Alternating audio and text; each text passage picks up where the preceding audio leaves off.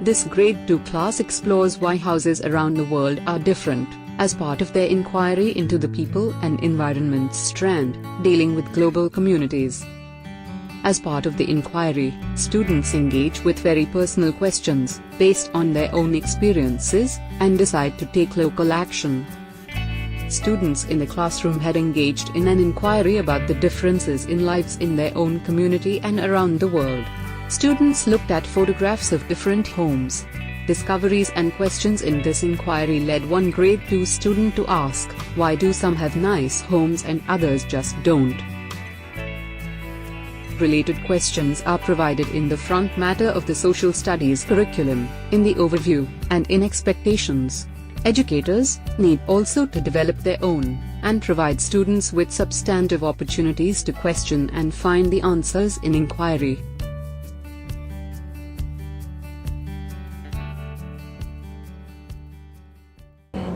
And where would you place questions? So where might you place questions in your room? I've had lots of different places when I've worked with educators of it being creating a documentation panel. The wall has a wonder wall, and it's there. It's there for kids to look at and go back and change their question and reflect on. Those are really important. So we're working now in a junior classroom that has a documentation panel across all the walls now almost. But the beginning of an inquiry, provocations, the student question, they're thinking, continuing over time, so students can actually go back and really reflect on that. I think it's important we find a place for them. So whether it's on a blog digitally, whether their questions are up in Google Drive because you can keep them there as private journals, it's important we find a place to host their questions. Where might you do questions? Where might they form their questions and put their questions? They were keeping a portfolio at that time, and I would try to make that digital at this point, or have a wonder wall. You introduced me to that idea of having the wonder wall and grouping questions together, and I think that's amazing. And you've used more and Google and Kahoot and many other different technologies, Padlet wall. So I'm wondering, as you explore those, which ones are a great place to host your questions that you can keep up.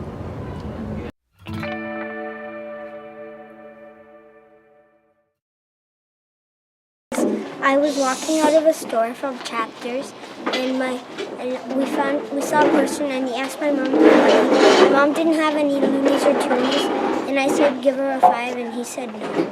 So I got very upset at money, and I had to. And so I made a poster about helping the homeless, and I went on my street and did it. And why it's important is because people are not like us that have comfortable houses and comfortable beds and work and money.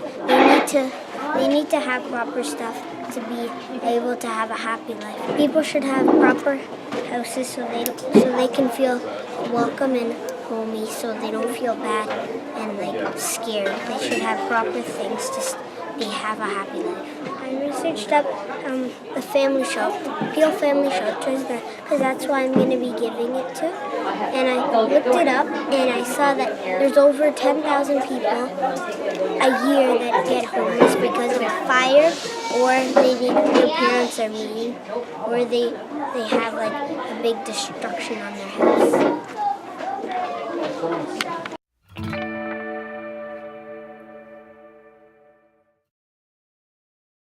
Sometimes there is a problem and we help find solutions, and that's that piece to me of inquiry is action.